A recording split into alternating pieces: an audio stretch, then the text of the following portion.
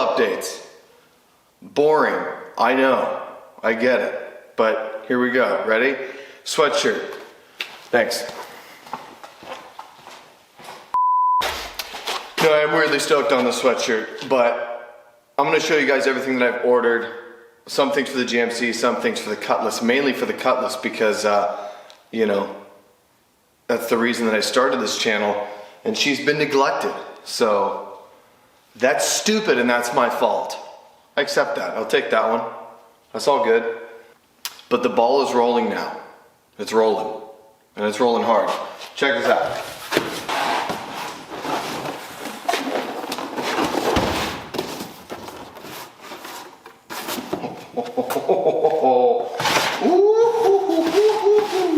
I'm very excited.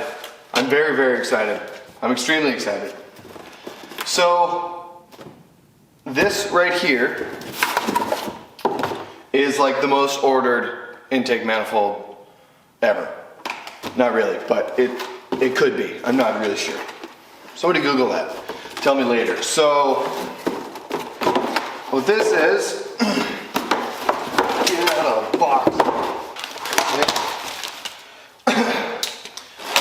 So part of the reason that I ordered this one in particular is that my brother has one on the 67.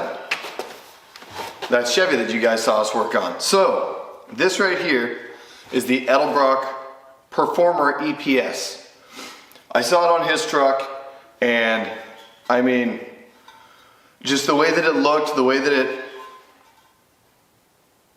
oh, the height of it, as you can see, it's definitely not that short. It's not a super tall intake manifold, but it was a really nice piece. And just with a simple carb and intake manifold on that truck, which has a Chevy G20 van 350, it really picked up a lot for him. He got a lot more power out of it. And the thing's actually drivable now. And obviously the cost point was primavera. So yes, this is for the Cutlass Supreme. And I could not be more enthusiastic because this is the only thing that was keeping us from installing the engine in the Cutlass Supreme. Let's keep going though. Everyone's seen the EPS before. This one looks pretty good. Oh my gosh, I'm excited. Okay. Yeah, so the Edelbrock Performer EPS. Right there, just like that. 2701. And look at that. So it doesn't have the little groove. And from what I understand, that when there's a notch in there, it kind of helps smooth some stuff out. But these allegedly get better signal from the carburetor, and which in turn means better drivability at, you know, low to part throttle or idle to part throttle. I'm so stoked. Okay. So we're covering the essentials right now. These are the things that were going to get in the way of us actually starting the Cutlass Supreme. So since the Cutlass Supreme is gold, there's a certain kind of look, you know, that I've been hoping for off of it.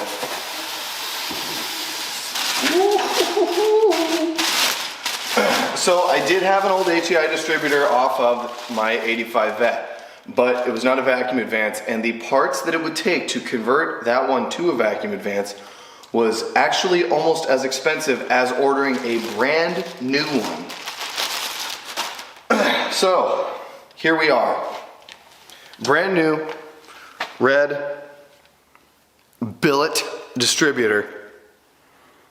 W0621 is the part number on that. That right there. But I mean, just come on, that's gonna look so good in the gold. Well, the engine bay's kind of brown, but in the gold Cutlass Supreme, that's just gonna sit just right. So that's not good. What was that? Oh, Allen key for adjusting the vacuum advance. Neat.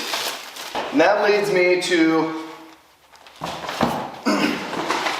the, you know, color combination and everything.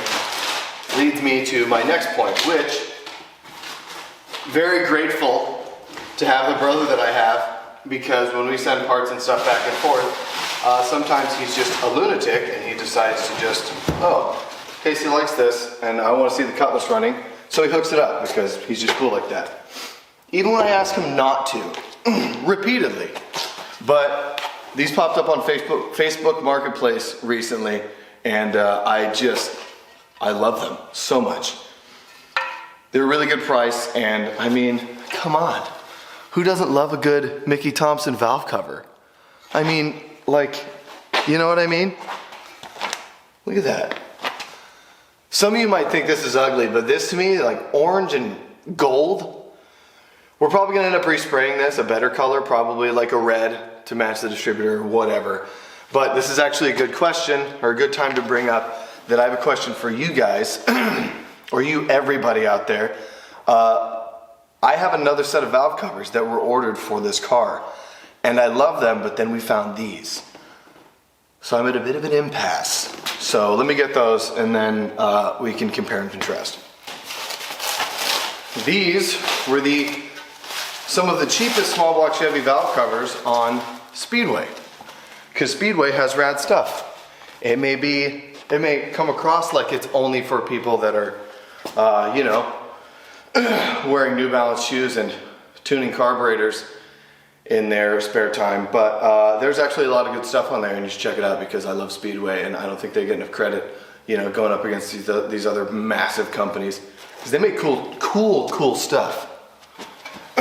Exhibit A. Look at these. These are ball milled, tall, small block Chevy valve covers. Just super clean and rad. I love the ball milled look. These obviously will get extremely dirty, extremely fast, but that's okay. I don't really mind that. It's you know, it's a car, not a painting, just, you know, just yet. So, I know what you're thinking. Casey, this is an impossible decision. And I agree. That's why I've enlisted the help of all of you. So, in the time between I put this video out and I actually go to put the valve covers on this engine to actually start the thing, I want, in the comments, votes for whichever one of these you guys would like to see on the Cutlass. If we do respray these, Mark's convinced we're going to do a wrinkle black. I'm not big on going black with accessories, and we have a red distributor. I don't know. It's either going to be wrinkle black or like a wrinkle red. I'm not sure. Everybody's doing wrinkle though nowadays. I don't know. Doesn't matter. Whatever. It's going to be cool. Versus this ball milled. They're the same height. We're not going to have any valve train issues. Well, they're almost the same height. We're not going to have any valve train issues regardless. This is a very low lift situation as of right now. And only right now. So, yes, you have your work cut out for you. Please. You guys may not know me all that well, but I am cripplingly indecisive. So I appreciate you in advance. Now that I've gotten fingerprints all over this. God, it's so nice though. So freaking, well, I love it. Loving somebody loves you back, and that's a fact. So, as far as cost effectiveness goes, that's kind of the theme right now. That didn't make any sense. You know what I'm trying to say. So,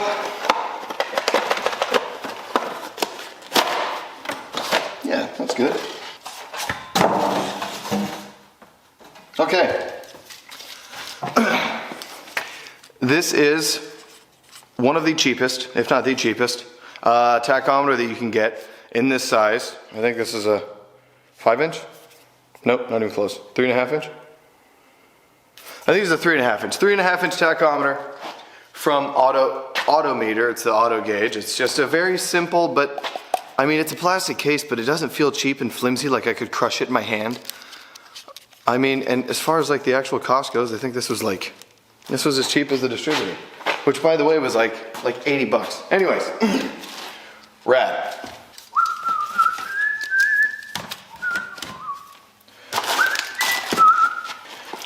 Two 180-degree thermostats for a small block or big block Chevy. And obviously they work for Ford, AMC, and all sorts of different stuff because that's just what the style. And HEI pigtail for tack and power. Sweet. The reason I bought 2 of those brings me to my next point. I'll be right back.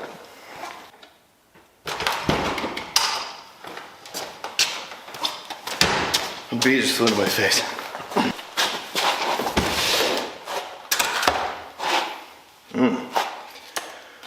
Okay.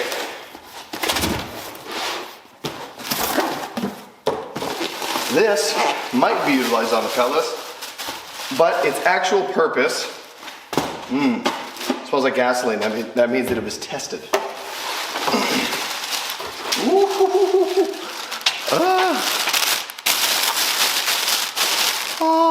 Oh my gosh.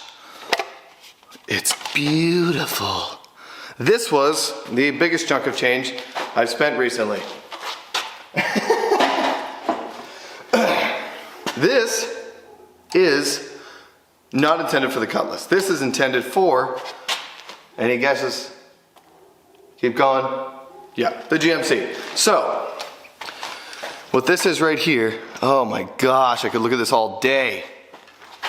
This is,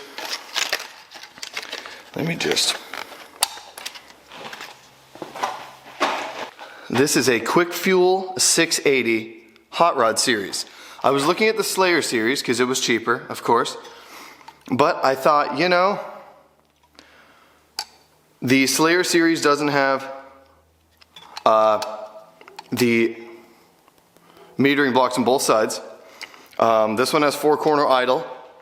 It also has, you know, it's got these little bleeds right here. Boom, boom, boom. Which is awesome.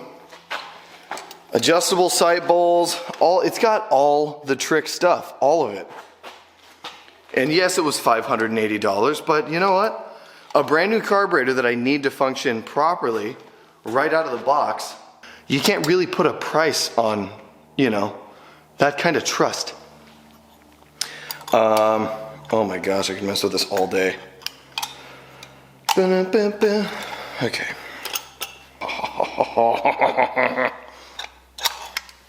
Yes, yes. Okay. So, this is for the GMC. I will explain why I bought this for the GMC in a later video. You guys will see that the next time you see the GMC running, which should be very, very soon.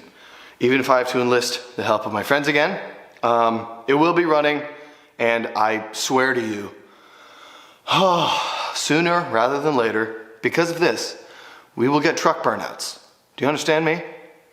Are you listening?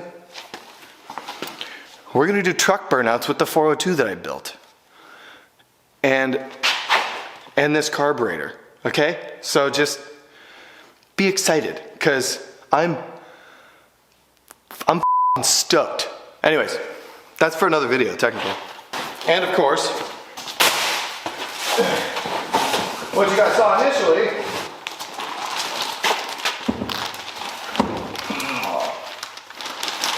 again, staying with the theme of cost effectiveness.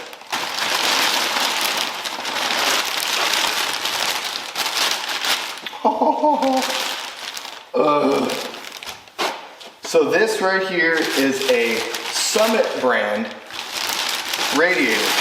It is a 3-core aluminum radiator. And you can get one of these for approximately $300, give or take. They make a bunch of these different three-row radiators. But I went with this one because it's got the layout that it's supposed to have. I read some of the comments. There are people that are using them that have used them in G bodies, or at least like 2. So I'm going to be number 3, I think. Not really. There's probably a lot more, but you know. It's got the trans cooler built in because we have a Turbo 400 going into this, and yeah, you know, it's just right. It's just right. It's just like the porridge or oatmeal or whatever the hell that was in that story about the 3 bears and the blonde girl who dies in the end. Oh shit, spoilers. So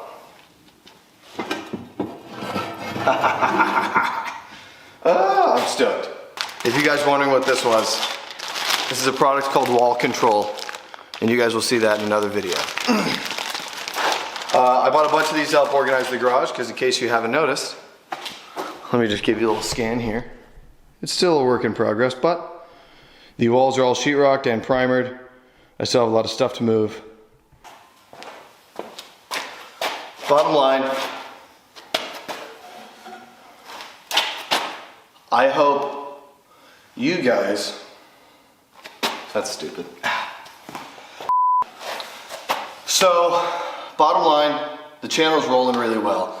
I appreciate all you guys that are subscribing and commenting and really involved in the channel. It's been a very, very cool process, and I really do enjoy making these videos. Sometimes I get a little convoluted, I get a lot going on, and I think I want too many things to be happening at the same time, so some of the content gets a little, you know, wishy-washy, whatever you want to call it. But very shortly, this vehicle will be #1 priority for many, many reasons. I miss driving a G-body. I love it so much. It's a beautiful car that deserves to be seen. It will be my first full engine swap, effectively by myself. And I know you guys want to see it. And that's, I mean, I made this channel in hopes to get to connect with the community and really like get to experience what it's like to have, you know, an audience that enjoys seeing what you're doing. It's just, it's a really interesting way to, it's a really, really intriguing connection to get. I'm glad you guys are so interested in my content, all 800 of you. And yeah, I appreciate all of you. Thanks for sticking around. Sorry this is a shorter, weirder video, but I was really excited about these parts and all this stuff because we have a lot of good content coming out soon, really, really soon. So once again, thank you, all of you, for stopping by, watching the video. Like the video, comment, do all the stuff that most people yell at you to do, and or don't. It's all good. I'm just happy that there are people out there who actually care to see what goofy crap I'm doing. So, thank you, and we'll see you guys in the next few videos with some absolute ripping content. It's gonna be sweet. We're actually gonna put the engine in the Cutlass. That's insane. God, I'm excited. Okay. Yep, I'm gonna start rambling now. Like Led Zeppelin. Thanks, everyone.